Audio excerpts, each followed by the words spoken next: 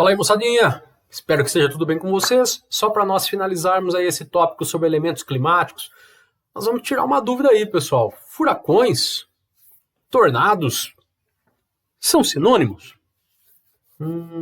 Já adianto para vocês, não são sinônimos, tá? Então, o tema da nossa aula hoje, furacões, que seriam ali os ciclones móveis e tornados, certo? Só para lembrar vocês, galera, ciclone, quando nós falamos em ciclone na geografia, nós estamos falando daquelas áreas de baixa pressão em relação ao seu entorno.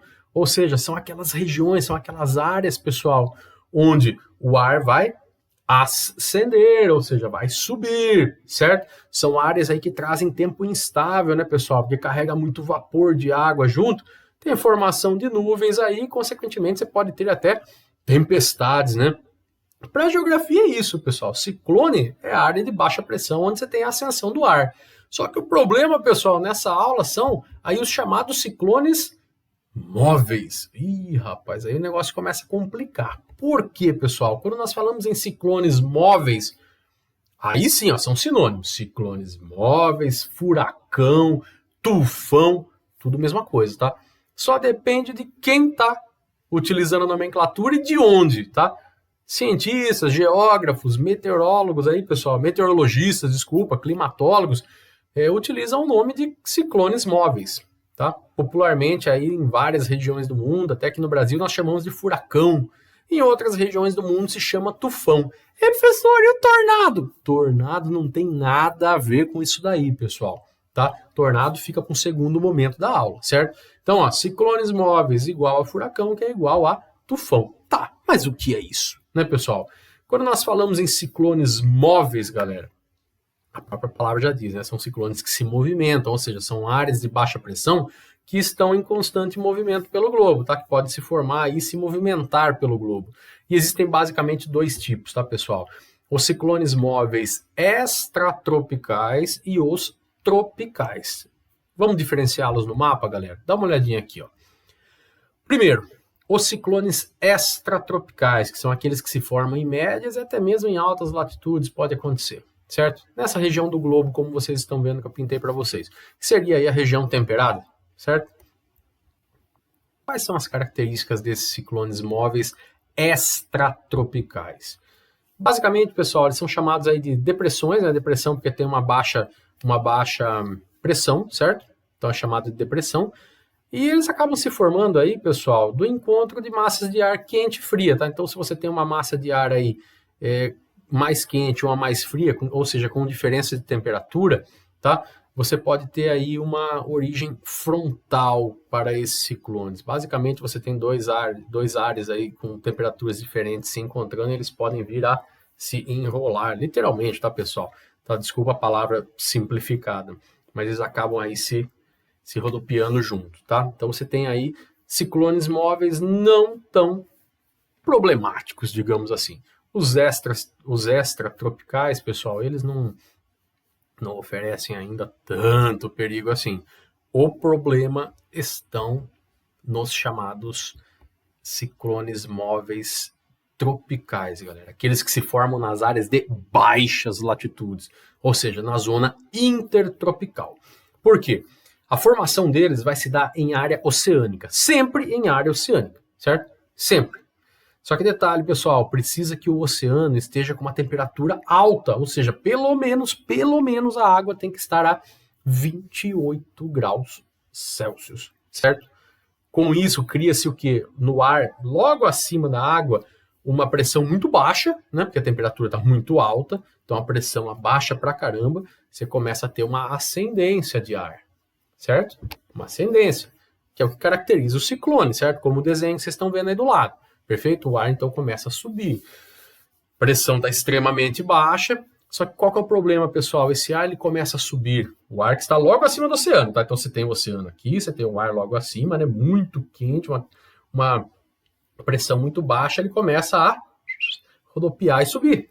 Só que junto, pessoal, ele vai levar com ele o vapor d'água, que está logo acima do oceano, certo?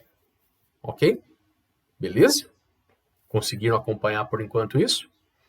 Pois bem, galera, conforme você tem esse giro muito rápido, você tem aí um processo também de condensação. O que significa isso? Esse vapor de água ele começa a passar aí do estado gasoso para o estado líquido. Só que isso daí, pessoal, gera o chamado calor latente. Isso é lá da aula de física, tá? Gera o calor latente. Só que esse calor latente, ele vai continuar fazendo aí essa baixa pressão funcionar, levando esse vapor vai se condensar, vai liberar mais calor latente, e está sendo alimentado por esse vapor da água, pessoal, que nós temos aí na superfície marinha, certo? Só que detalhe, pessoal, esse chamado ciclone móvel tropical, que vocês conhecem por furacão, né, como por exemplo esse que eu coloquei na foto agora aí, ele ganha corpo, ele cresce pra caramba enquanto ele estiver no oceano, na superfície oceânica, pelos motivos que eu falei para vocês, tá? Esse vapor de água vai girar dentro dele, vai condensar e essa condensação gera aí um calor latente, vai ficar quente, a temperatura vai continuar um pouco mais alta, a pressão vai continuar mais baixa. Pressão baixa, o ar continua subindo com vapor, que vai se condensar, que vai liberar calor latente, e ele vai se alimentando e vai se movimentando graças à circulação atmosférica, certo? Pois bem, pessoal, enquanto ele está no oceano, ele vai crescendo, se tiver ilha ali perto, ele passa, ele faz um estrago desgraçado, é como se ele jogasse todo o vapor que está na parte baixa para o alto da atmosfera. Por isso que quando você tem uma situação assim de ciclone móvel, de furacão, nós temos aí tempestades, né? Muitas vezes não é só o vento que faz estrago, mas também a chuva, porque ele joga muita, mas muita umidade do mar para a atmosfera e forma essas nuvens gigantescas. Dá uma olhada aí nessa fotografia aí, pessoal, no canto inferior esquerdo, ó. Diâmetro, pessoal, entre 160 e 650 quilômetros. Ou seja, de uma ponta a outra, pessoal, desse ciclone, você pode ter 650 quilômetros de área tempestuosa, chuva, porque onde você vê esse monte de nuvem aí, amigão, tá chovendo. O ar, tudo bem, o centro dele faz muito estrago, né? Porque tem ali uma circulação muito rápida e faz todo aquele estrago que a gente já viu em muitos filmes. Mas toda essa base de nuvens que vocês estão vendo, galera, é chuva, meu, é chuva, chuva, chuva, chuva. Então o estrago acaba sendo aí muito grande, tá, pessoal? Muito grande, como vocês podem observar aí em filmes, em séries, em documentários, em reportagens na TV, tá? Talvez aí uma das áreas que mais sofrem com isso no planeta, eu fiz questão de destacar para vocês, seja essa daqui, ó, que é a região aí da América Central e uma parte da América do Norte, né, que seria o México, seria ali o sudeste dos Estados Unidos, perto da península da Flórida, tá, pessoal? Pois bem, ó, essa região onde nós temos as ilhas do Caribe, como eu falei para vocês, a costa do México, a Flórida nos Estados Unidos, o Golfo do México, é muito comum, pessoal, a formação desses furacões entre junho e outubro. Lá eles recebem o nome de furacão, tá? Se fosse no Japão, por exemplo, eles usam o nome de tufão. Por que entre junho e outubro, galera? Vamos pensar comigo, ó.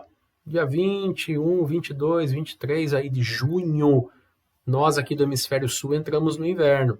Só que lá no hemisfério norte, onde nós temos essa área em destaque no mapa, México, Estados Unidos, América Central, lá em junho começa o verão. Ou seja, é a temporada onde a água vai atingir uma maior temperatura e vai oferecer maiores condições, maior probabilidade de formação desses ciclones móveis nesse modelo que eu falei para vocês, tá? Então percebam, ó, de junho a outubro. Por quê? A partir de outubro e novembro, a água vai voltar a esfriar, não atinge 28 graus, não vai ter a formação dessa área de baixíssima pressão sobre os oceanos, certo? Então essa área do globo aqui, pessoal, realmente é uma das áreas que mais sofrem com a ação dos chamados ciclones móveis, tá? Tudo tem a ver com a sua localização e com a circulação atmosférica, tá? Perfeito? Ok? Tranquilos? Ah, professor, e o tufão? Galera, antes de falar de tufão, que fique claro, moçada, ciclones móveis, o perigo sempre são aqueles ali que se formam em áreas oceânicas. Eles se formam sobre, ou seja, acima da superfície oceânica, certo? Ao contrário dos tornados, galera. Quando nós falamos em tornado, ó, eu quero que vocês comecem pela segunda linha. O tornado sempre ele vai ocorrer em área continental. E professor, mas eu já vi reportagem de furacão que chegou nos Estados Unidos lá na porção territorial e acabou com tudo no continente lá. Mas o que acontece, pessoal? Quando o furacão ele entra na porção continental, ele já não tem mais o oceano embaixo dele, já não tem mais aquele vapor que sobe a todo momento. Ele vai entrar fazendo estrago, mas a tendência é o quê? Que ele não tenha mais esse vapor dentro dele, né? Porque não está mais no oceano, não vai ter mais condensação, não tem mais liberação de calor latente, o ar vai começar a esfriar. Hora que começar a esfriar, a pressão começa a aumentar um pouquinho e esse rodopio ele para, certo? Então todo furacão, quando chega na porção continental, ele vai rodar aí alguns quilômetros e vai parar. Vai fazer um estrago? Vai, eu concordo com vocês. Mas ele vai parar, porque ele não vai ter mais vapor, esse vapor que gira dentro dele não vai mais condensar, porque não tem vapor, não vai liberar calor latente, o ar vai começar a ficar mais frio. Ficando mais frio, a pressão aumenta, galera. Então ele vai parar com aquele giro venenoso dele, ok? E o tornado? Tornado não acontece na água, galera. Tornado só acontece na porção continental, tá?